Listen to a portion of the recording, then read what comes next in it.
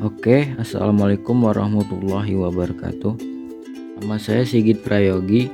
Saya akan menjelaskan dampak pencemaran air dan perubahan iklim global. Sebelum memasuki materi, kita lihat dahulu keindahan alam yang ada di air.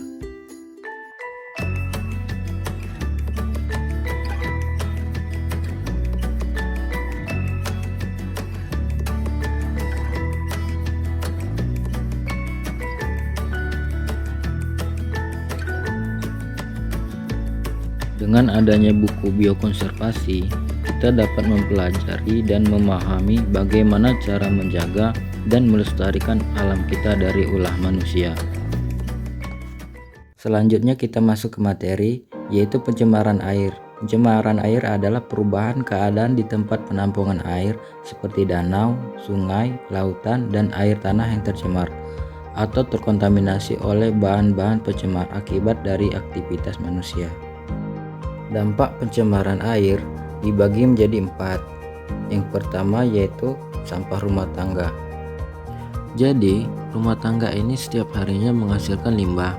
Limbah rumah tangga juga tergolong dalam limbah B3, yaitu limbah yang beracun, karena sifatnya dapat merusak dan mencemari lingkungan termasuk membahayakan kesehatan manusia. Yang kedua yaitu limbah industri. Limbah industri dapat menyebabkan pencemaran luar biasa. Semua ekosistem yang berada di sungai ataupun laut akan terganggu keberlangsungan hidupnya, seperti ikan yang mati akibat terkontaminasi oleh zat kimia beracun dari pabrik.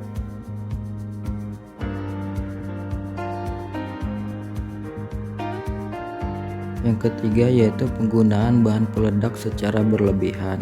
Penggunaan bahan peledak dapat mengakibatkan ikan-ikan yang masih kecil akan mati dan rusaknya terumbu karang oleh bom peledak, sehingga terumbu karang sulit dipulihkan. Yang keempat, asap kendaraan. Asap kendaraan memiliki senyawa beracun. Apabila asap kendaraan ini bergabung dengan molekul air, maka akan terbentuk asam nitrat dan asam sulfat. Biasanya terjadi pada saat hujan. Hujan ini dinamakan hujan asam, yang menyebabkan ikan gagal berkembang biak dan akhirnya mati. Dari dampak penyebab pencemaran air tadi dapat menimbulkan yang namanya eutrofikasi.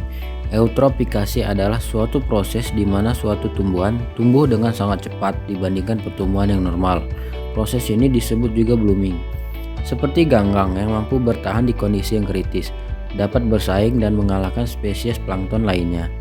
Ganggang dapat menaungi atau menghalangi spesies tumbuhan yang hidup di dasar air yang membutuhkan cahaya, sehingga tumbuhan yang ada di dasar air akan mati.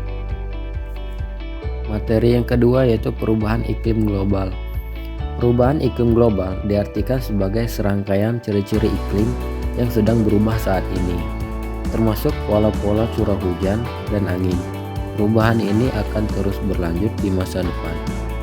Efek rumah kaca termasuk perubahan iklim global. Rumah kaca ini merupakan suatu bangunan berbentuk rumah yang keseluruhannya dinding dan atap terbuat dari kaca. Rumah kaca ini dipakai untuk bercocok tanam. Suhu di dalam rumah kaca akan terasa hangat walaupun saat musim dingin. Efek rumah kaca disebabkan karena meningkatnya konsentrasi gas karbon dioksida atau CO2 dan gas-gas lainnya di atmosfer. Dampak yang diakibatkan oleh perubahan iklim global: yang pertama, meningkatkan laju kepunahan berbagai spesies tumbuhan dan satwa liar. Yang kedua, menimbulkan musim kering yang ekstrim. Dapat terjadi kebakaran hutan yang hebat, sehingga menurunkan keberhasilan perkembangbiakan burung dan satwa liar lainnya. Yang ketiga, berdampak terhadap mamalia laut, yaitu perubahan temperatur yang mengakibatkan ikan bermigrasi ke tempat yang lebih baik. Keempat, memberikan dampak terhadap kurangnya sumber pakan satwa sehingga mengakibatkan kematian. Dari presentasi yang telah saya sampaikan, dapat kita ambil pembelajarannya bahwa kita hidup selalu berdampingan antara satu dan yang lain. Buka wawasan Anda terhadap peduli lingkungan. Ingatlah, satu kebaikan akan menumbuhkan sejuta kenyamanan. Mungkin itu saja yang dapat saya sampaikan. Semoga materi yang saya sampaikan bermanfaat untuk Anda. Saya akhiri, wassalamualaikum warahmatullahi wabarakatuh.